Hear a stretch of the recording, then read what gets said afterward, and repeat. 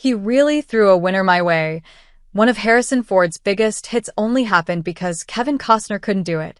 Kevin Costner must really like Harrison Ford, as he essentially gifted the actor one of his biggest hits with Air Force One. Costner and Ford were two of Hollywood's biggest stars during the 1990s, and between them fronted an almost embarrassing number of box office hits. Costner had JFK, Dances with Wolves, and The Bodyguard, while Ford had his Jack Ryan movies and The Fugitive. Given the similarities between the pair, it's a surprise they've never worked together, though Costner was kind enough to hand the script for Air Force One to Ford.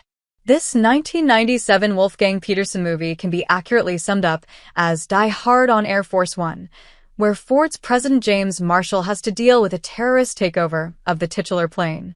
Air Force One became one of Harrison Ford's biggest box office hits outside of franchises like Indiana Jones or Star Wars, grossing over $315 million worldwide via Box Office Mojo. It's one of his most fondly remembered, too, thanks to a great supporting cast, including Gary Oldman as the villain and great one-liners like, "Get off my plane." Harrison Ford landed Air Force One thanks to Kevin Costner. Prior to Ford getting cast in Air Force One, he was coming off the back of two duds, the 1995 remake of Sabrina and the troubled IRA drama The Devil's Own. Ford was in need of a hit, but despite the two men not knowing each other very well, Costner handed the screenplay to Air Force One to him. Costner was originally set to play Marshall, but when scheduling forced him out, he insisted Ford was the only one who could replace him. Says Ford via Los Angeles Times. In hindsight, it would have been a wiser move for Costner to take Air Force One himself. Instead, he starred in and directed the post-apocalyptic drama The Postman.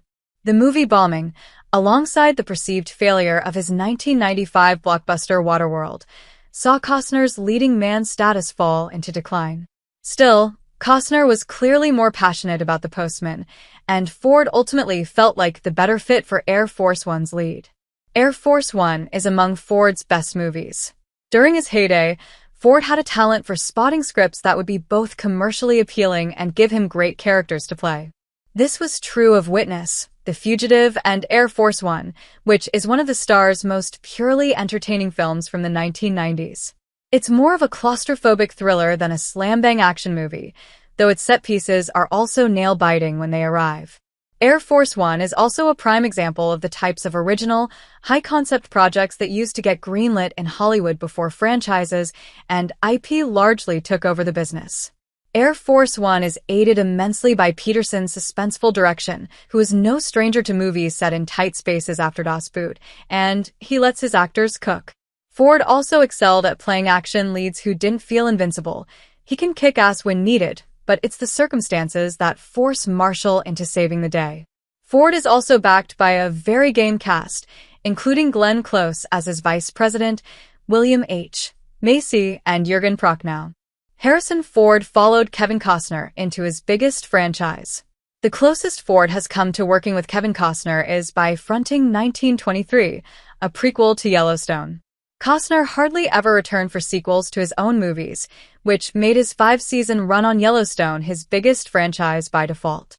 The Taylor Sheridan-created series went from strength to strength each season and has been spun off into other shows like 1883.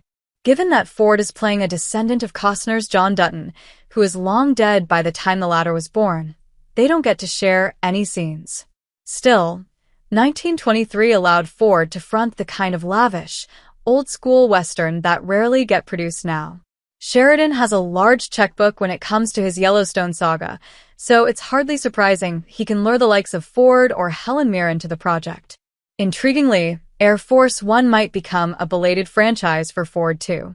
There were reports in 2024 that Air Force Two was being developed, with Ford set to play a role in the project. If a sequel does come together, maybe Ford should make sure Costner gets a role as a thank you for handing Air Force One to him on a plate. It appears Ford doesn't have any current movies in the pipeline following Captain America, Brave New World, which cast him as another POTUS. Ford is set to return for the upcoming 3rd season of Shrinking, however.